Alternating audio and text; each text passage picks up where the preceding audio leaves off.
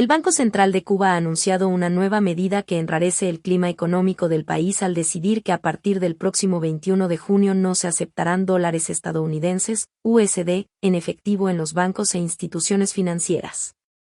Es un nuevo bandazo respecto al uso de divisas extranjeras en las transacciones domésticas que añade un elemento de incertidumbre sobre la seriedad y efectividad de las políticas económicas adoptadas por el gobierno. Las sanciones económicas estadounidenses existen desde la década de los 60. De esa época data la prohibición de que Cuba use dólares en sus transacciones internacionales. Las medidas de Trump que arreciaron dichas sanciones fueron tomadas a lo largo de sus 4 años de gobierno, aunque al final las agudizó con la inclusión de Cuba en la lista de países que promueven el terrorismo, de manera que todo esto eran datos para cuando se adoptó la llamada tarea ordenamiento.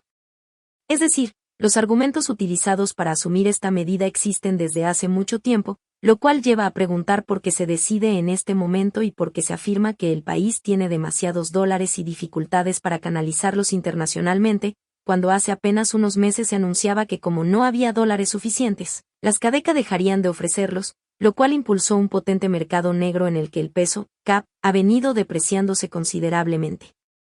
La realidad es que el establecimiento de tiendas en moneda libremente convertibles, MLC, y la redolarización parcial de la economía, fue la salida del gobierno para estimular remesas que pudieran bancarizarse con fin de adquirir bienes de importación necesarios ante dificultades de liquidez en divisas, que existían desde mucho antes de la pandemia del COVID-19 pero que ésta llevó a una situación insostenible.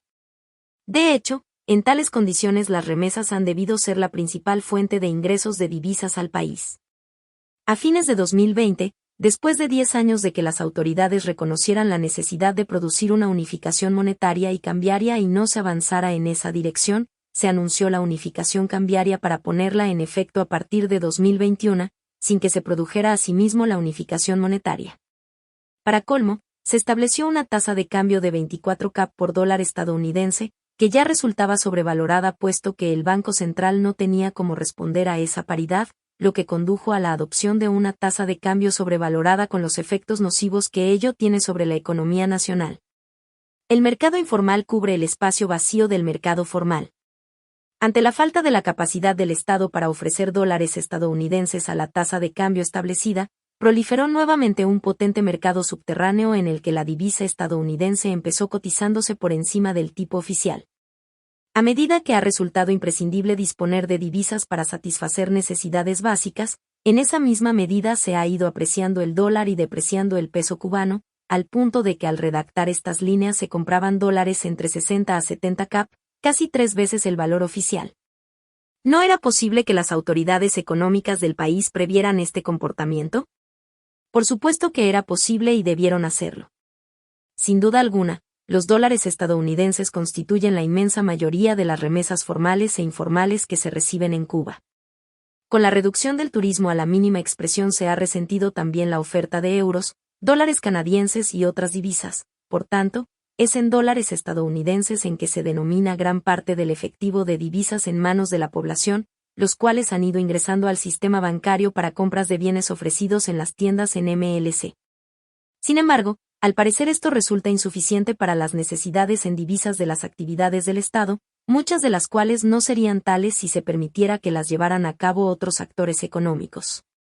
Estos recursos no se han bancarizado porque a lo largo de los años el gobierno ha ido perdiendo credibilidad en la eficacia de sus políticas económicas, debido a su inconsistencia, a sucesivos vaivenes, a excesiva lentitud en la adopción de las profundas reformas estructurales que requiere la economía y a la escasa audacia política para adoptar las medidas que conducirían a Cuba a superar un estancamiento de 3 décadas.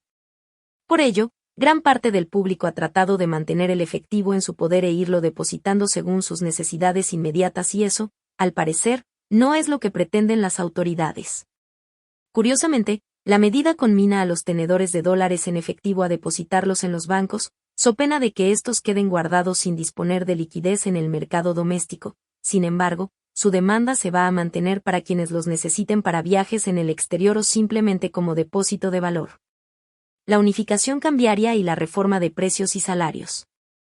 Llama la atención que se argumente la imposibilidad de seguir aceptando dólares en efectivo porque no son recibidos en los bancos que se han plegado a las presiones estadounidenses.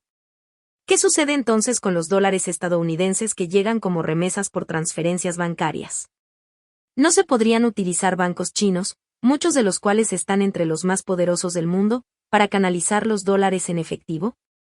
Esto podría entenderse si como resultado de las sanciones económicas, Cuba adoptara la decisión de no usar dólares estadounidenses en sus transacciones internacionales, sino euros, yuanes, que ya es una de las divisas que determina el tipo de cambio de los derechos especiales de giro, o cualquier otra divisa internacional.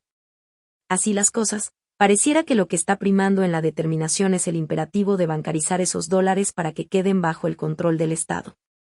Se puede decir que las mismas necesidades las habría respecto a otras monedas, sin embargo, en el mercado informal, la proporción de divisas distintas al dólar es muy reducida, sobre todo al no existir ingresos turísticos regulares. ¿Por qué razón se anuncia esta medida como temporal y que su temporalidad depende de que cambien las condiciones que la han motivado, es decir, el bloqueo? Creo que cualquier observador no experto sabe muy bien que eso no va a ocurrir en el corto plazo y mucho menos en las condiciones actuales. Posibles consecuencias de corto plazo. Esta disposición incrementará la incertidumbre en el mercado cambiario informal y, ante la inseguridad, las expectativas indican que el peso cubano, debilitado por las medidas adoptadas por el gobierno así como por su escaso respaldo en la producción de bienes y de servicios, y al carecer de soberanía plena como moneda nacional, podría continuar un proceso de depreciación que se traducirá en la pérdida sistemática del poder adquisitivo de los salarios de los trabajadores y las pensiones de los jubilados. Una parte de los dólares no bancarizados actualmente se depositará en las cuentas y ello reducirá aún más la oferta de esta divisa en el mercado informal, por lo que podría esperarse que continúe apreciándose como tendencia general. La tendencia de una moneda nacional cada vez más depreciada se reforzará en la medida que no pueda usarse para adquirir todos los bienes y servicios necesarios y en la medida en que la economía cubana no logre remontar su actual estancamiento. En consecuencia, un escenario posible será el incremento de la inflación, que podría reflejar la dolarización del mercado no estatal. El debate sobre el socialismo en Cuba, entre la realidad cambiante y sus supuestos límites eventualmente, en el futuro inmediato sería lógico el aumento de la demanda de euros, lo cual elevaría su precio en el mercado cubano informal, tanto en pesos como en dólares, y podría generarse un inusual mercado cambiario directo entre dólares y euros, marginando todavía más al peso cubano. Cuando existía el gravamen al dólar era usual que los viajeros a Cuba no residentes en Estados Unidos llevaran euros u otras monedas, cuyos cambios no estaban penalizados. Muy probablemente la alternativa para recibir remesas no bancarizadas sea en euros, lo que elevará los costos de transacción de quienes emiten remesas y quienes las reciben, debido a los costos implícitos en las operaciones cambiarias. Así las cosas, esta medida está trasladando al público los costos de las operaciones cambiarias. Impulsar la producción y fortalecer el peso cubano.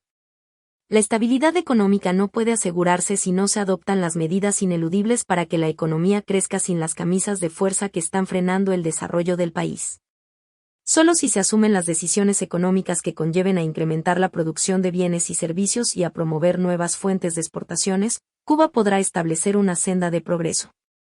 Como se ha afirmado en varias ocasiones, es imprescindible que crezcan la producción industrial y agrícola, permitiendo la irrupción de otros actores económicos en dichos sectores, que sea estimulada la inversión privada extranjera y doméstica, que se fomente el desarrollo de cooperativas, sean eliminados los monopolios del comercio exterior, el comercio doméstico y el sector financiero, y se establezcan los mecanismos regulatorios necesarios para impedir estructuras monopólicas u oligopólicas. Entre otras urgentes transformaciones. Es impostergable un replanteamiento estratégico de la política económica, de forma que actúe proactivamente y no reactivamente. En ese proceso es necesaria una moneda nacional que cumpla plenamente con las funciones del dinero y para ello debe contar con curso forzoso y fuerza liberatoria ilimitada en el territorio nacional.